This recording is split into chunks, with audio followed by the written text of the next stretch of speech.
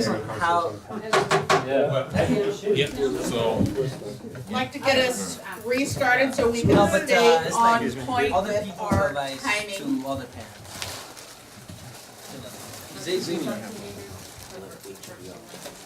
We're going to have an exciting, interesting, fun, serious, who knows what kind of table topic session tonight, led by our very own club president, Eddie Cater.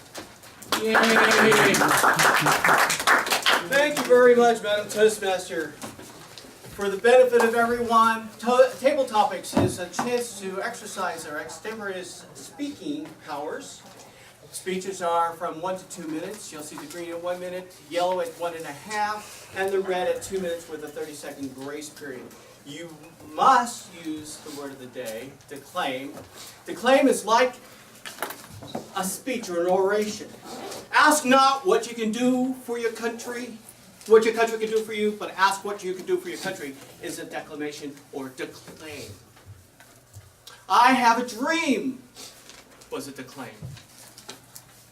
77 years ago, beer. Abraham Lincoln. All right, I won't do that. I have some questions here. You'll have a chance to declaim your own ideology, politics, beliefs, philosophies. I'm going to challenge you. First, you're a guest here, and you're also a Toastmaster, so you're experienced at this. Come on up. Yeah.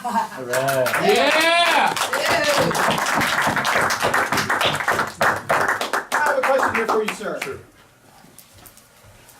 John Lennon in the 1960s wrote, "Give peace a chance," and that was during the, there was a lot of things going on. It was all about property. Northern Vietnam was coming down and invading South Vietnam. The French wanted this, and people wanted that. Today we've got the Israelis and Palestinians fighting over a strip of land, the Gaza. We've got people infighting here in this country over stupid political stuff. Give peace a chance. What's your claim to fame?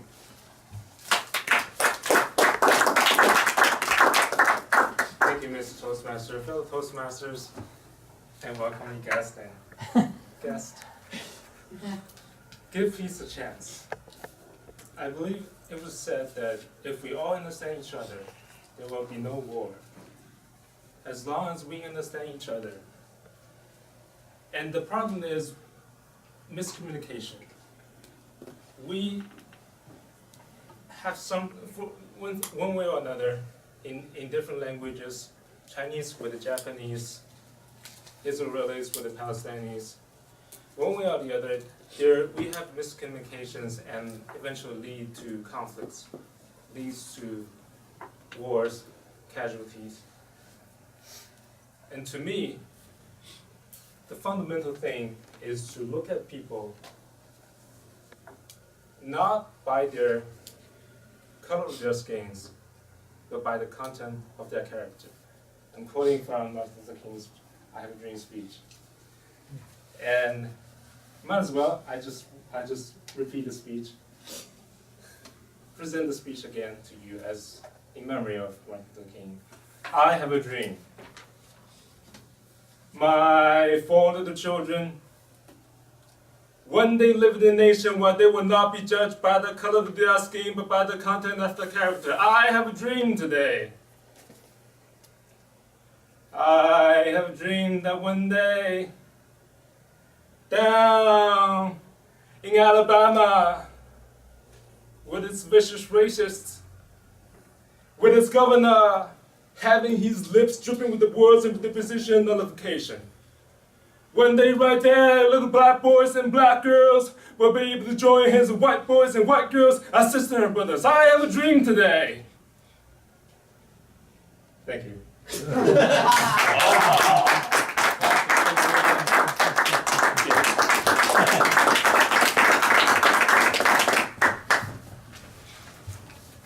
To quote another politician, Do I do not? There is no try. I'm glad you like that, Paul. That's yours. Do or do not, there is no try. Declare.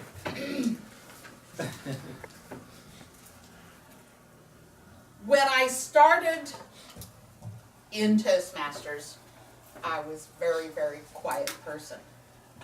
Through the years, I've learned a lot about what I have to say to the world.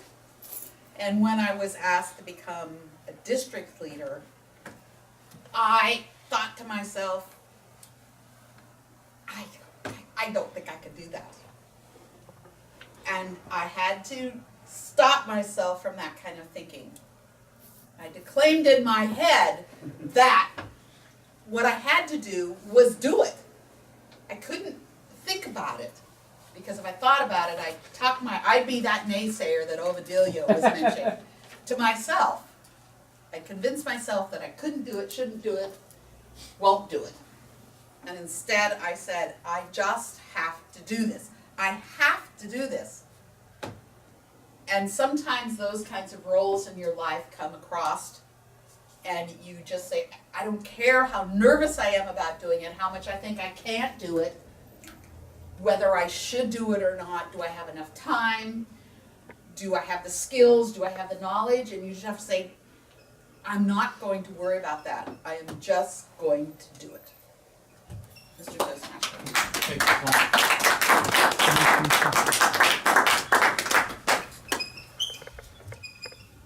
There's this neighbor on the block. Everyone knows that neighbor. Everyone takes care of their homes. They have rain barrels catching the rainwater and reusing that water to water their gardens.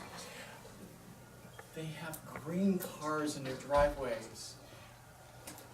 Either it's the Toyota Prius or some other electric car, something to that effect. Meanwhile, the neighbor has this oil furnace exhaust and black smoke and big tires and doesn't care about the water running down the driveway because there's no spigot on the hose and wasting water in this drought season. So, Justin, what are you going to do about that neighbor? Ooh.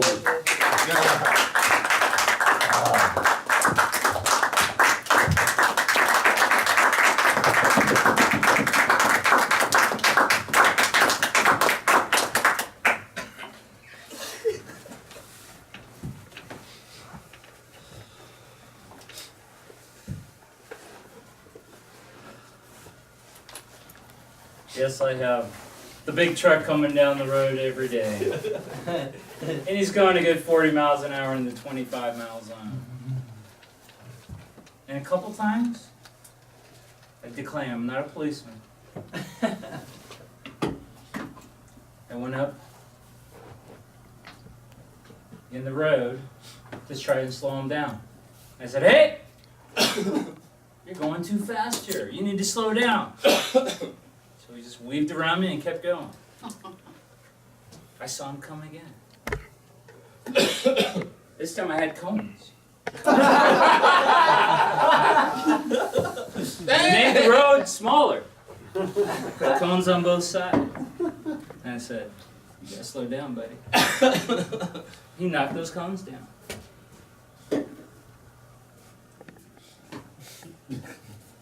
So then I followed him home one day. I said, yo, bro.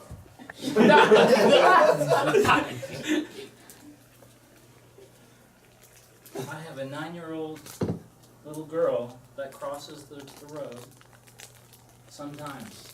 And these are little kids. They don't know, you know what, that the car's coming by 40, 50 miles an hour. You're going to kill them. You need to slow down. Don't you have kids? And it just hit him. So the next time I saw him, he slowed down to 20. He says, what up, bro?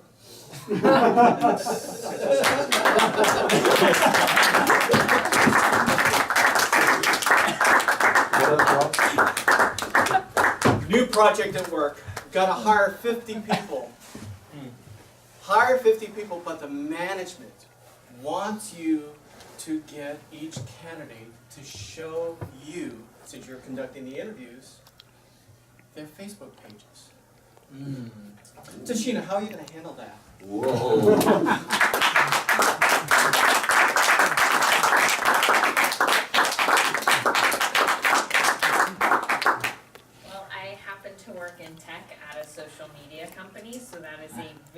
common occurrence.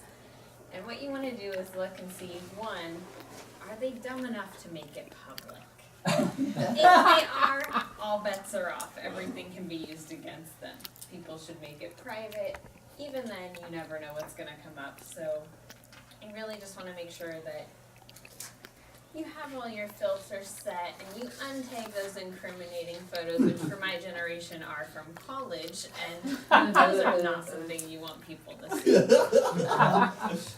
So that's mainly what we look for, is just basically checking, did they cross their T's? Did they dot their I's? Do they really realize everything on Facebook, Twitter, Instagram, LinkedIn? That's all public. That's all crawled by Google. All we have to do is type in your name, and those terrible pictures are going to show right up for us. And you kind of figure out, are they trustworthy? Are they sketchy? Do they have a good sense of humor about themselves? And you see how they respond in the interview to any of those questions you might have. Nice job, nice job. Time for a couple more. Let's do this one. Ken. At your place of employment, you observe a manager who likes to come in late and leave early, and yet he writes the entire crew, "Be here on time!" Speak to that manager, sir. Ooh. Well, before I spoke to him, I think I would video record his frequency. And then when it's time to speak with him, I think he would get the message. I would not only do that, but I could use that video to show others. That is a valuable video. When you have a video of something you can show to somebody and they get the message, it's the next best thing to being there. And it creates business you won't forget. So this manager won't forget, because if he's going to be tenacious, I'm going to embarrass the guy. I'm going to let people know that he is full of shit. Oh! And should not be respected, and ultimately tell the people who control him of the problem, and then we'll solve it. Thank you.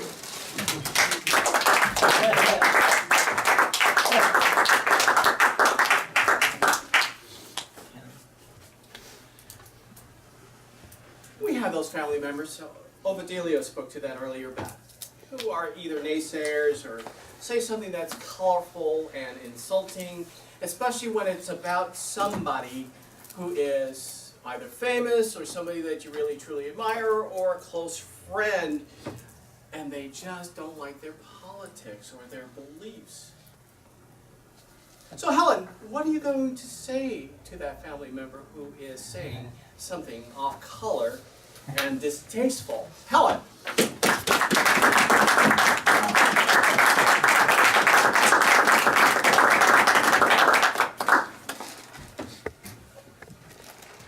I'm a big fan of LeBron James.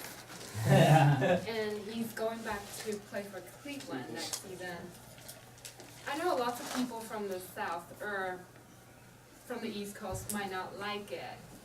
And one of my colleagues is one of them. And I would call him my friend, but not anymore.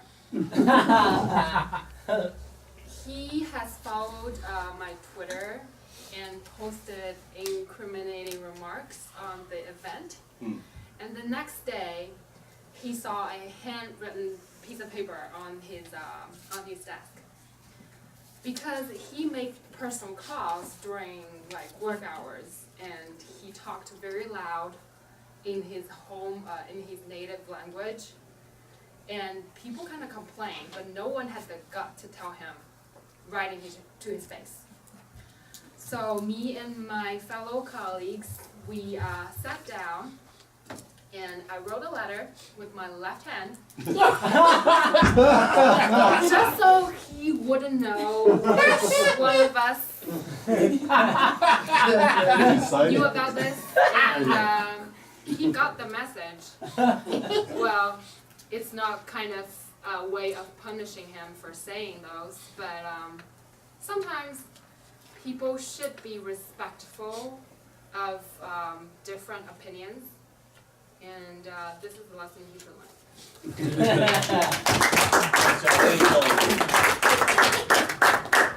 Are you left-handed? I could be.